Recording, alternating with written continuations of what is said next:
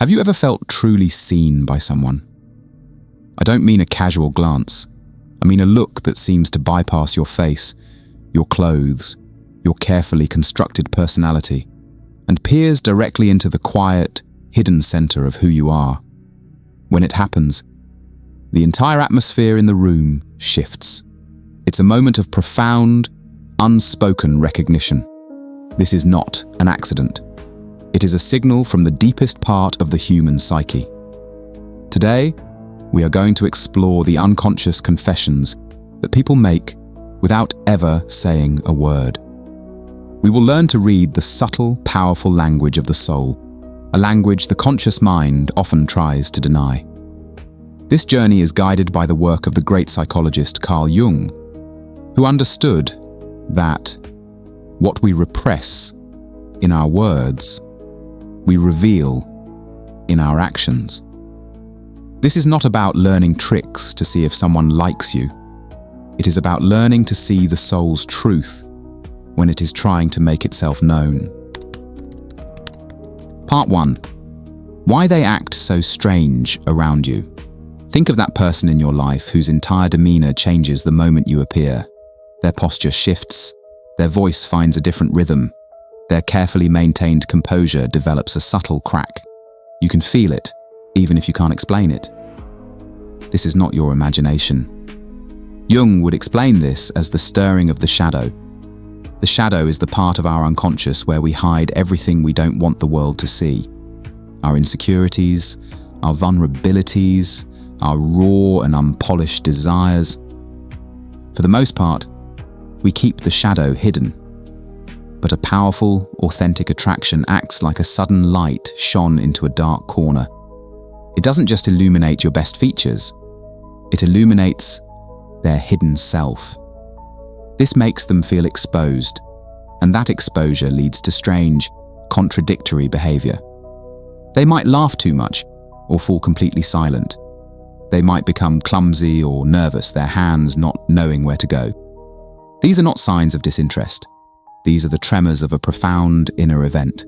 Their unconscious, their shadow, has been touched, and the body cannot hide the reverberations. Part 2. Why they see a part of themselves in you. But what is it about you that causes such a strong reaction? Often, it has less to do with who you are and more to do with what you represent to their soul. This is one of Jung's most powerful concepts: projection. When someone is intensely drawn to you, they are not just seeing you. They are seeing a lost or undeveloped part of themselves reflected in you. You have become a mirror for their own soul. Jung called this missing part the anima, the unconscious feminine side in a man, or the animus, the unconscious masculine side in a woman. You, by your very nature, might embody the creativity, the gentleness, the strength, or the wisdom that they have yet to develop in themselves. You make them feel unconsciously more whole. This is why the attraction can feel so sudden, so magnetic, and so confusing. Their soul recognizes something it needs long before their conscious mind can process it. The Persian poet Rumi wrote about this phenomenon centuries ago. Your task is not to seek for love, but merely to seek and find all the barriers within yourself that you have built against it. Your presence in their life acts as a light, revealing the barriers and the hidden potentials within them. They are not just drawn to you, they are drawn to the version of themselves that you awaken. Part 3. Why they get close, then pull away. If the attraction is so strong, why is the behavior often so contradictory? Why do they sometimes draw closer, only to pull away and act cold or distant? This is the paradox of vulnerability. Imagine a person who is freezing, drawn to the intense warmth of a fire. They crave its heat, but they also fear being burned. A deep, soulful attraction is a fire. It promises warmth, but it also demands vulnerability, and vulnerability can feel dangerous. Their retreat is not a sign of indifference. It is often a sign of the intensity of the feeling. They are overwhelmed. The connection has touched a place so deep that their defense mechanisms are activated. They pull away to regain control, to manage the overwhelming sense of exposure. The Roman philosopher Seneca, a master of the human condition, often wrote about how the mind reveals itself in the body. He noted that a person's inner state is betrayed by their physical reactions. In this case, the push and pull is the body revealing an inner conflict, a deep desire for connection, warring with a deep fear of what that connection might mean. Part 4. When coincidence isn't a coincidence. Have you ever been thinking of someone only to have them contact you that very moment? Or found yourself randomly running into the same person in the most unlikely of places? Jung had a name for these moments: synchronicity. He defined it as a meaningful coincidence. It is not random chance, but a sign of a deep connection, a resonance between two psyches.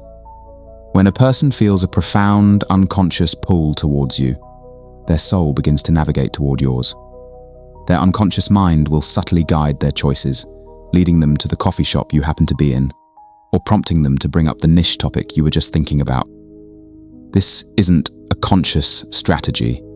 It is a deeper phenomenon. It is as if two tuning forks, set to the same frequency, have begun to vibrate in harmony. The universe around them seems to conspire to create these coincidences. When you notice a pattern of synchronicity, pay attention. It is one of the strongest signals that their inner world is profoundly attuned to yours. Part 5. When their social mask starts to slip, we all wear a mask. Jung called it the persona. It is our social self, the polite, professional, and composed version of us that we present to the world. It is a necessary tool for navigating society. But true, deep attraction is a force of nature powerful enough to crack the mask. The carefully constructed persona is designed to maintain control, but a powerful emotional connection bypasses our conscious control. This is why their behavior becomes so revealing. The slip of the tongue, the unplanned gesture of kindness, the moment of awkward silence where there should be a clever reply. These are not mistakes. They are moments of truth. These are the cracks in the mask, allowing the light of the authentic, unrehearsed soul to leak through. If you notice that someone is consistently less polished or more human only around you, it is a sign that your presence makes them feel safe enough or overwhelmed enough to let the mask fall. Part 6. The telltale signs they can't hide. So, how do we learn to read this unspoken language without becoming paranoid or overanalyzing every little detail? The key is not to be a detective, but to be a gentle observer. You are not looking for clues to trap someone. You are learning to recognize the soul when it decides to show itself. Observe the details they cannot control. The eyes. Do their pupils dilate when they look at you? Do they hold your gaze a second longer than normal, then quickly look away, as if caught? The voice. Does the pitch or tone of their voice change when they speak to you, perhaps becoming softer or higher? The body. Do they unconsciously mirror your posture? Does their body orient itself towards you, even when their head is turned away? Nervous gestures. The unnecessary adjusting of clothes, the fidgeting hands. These are often signs of a nervous system overwhelmed by emotional energy. These are not conscious decisions. They are confessions. The body is telling a truth that the mouth is not yet ready to speak. And if this cluster of signals happens only when you are around, you are the catalyst. The ultimate truth is that we are all broadcasting our inner state all the time. But most of us have forgotten how to listen. To learn this language is to develop a deeper compassion for the complexity of the human heart, both in others and in yourself. It is to understand that even when a person is pushing you away, their soul might be desperately trying to pull you closer. And in that beautiful, confusing paradox lies the entire mystery of human connection. From seeing signs to seeing souls. So, we have journeyed beyond the surface, beyond the carefully chosen words and polite smiles, into the quiet electric language of the unconscious.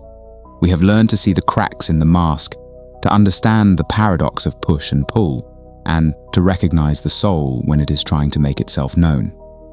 But what is the true purpose of this knowledge? It is not to become a master detective of affection, tallying up signs to win a game. The ultimate goal is a profound shift in perception. It is the moment you stop asking, "Do they like me?" and start asking, "What is their soul trying to say?" When you can see another's nervous awkwardness not as a flaw, but as the tremor of their authentic self emerging, you develop a deeper compassion. When you can see their retreat not as a rejection, but as a fear of the very fire they are drawn to, you develop a profound empathy. This is the final beautiful truth that Carl Jung's work reveals. The greatest human connections are rarely neat and tidy. They are messy, contradictory, and beautiful. As he wisely said, "Where love rules, there is no will to power, and where power predominates, their love is lacking. The one is the shadow of the other." This knowledge frees you from the game of power, the guessing, the anxiety, the need for control, and invites you into the experience of genuine connection. When you learn to see with these eyes, every human interaction becomes a chance to witness something sacred, a soul trying, however clumsily, to confess its truth. And in that silent, compassionate understanding, you will find a connection deeper than any words could ever express.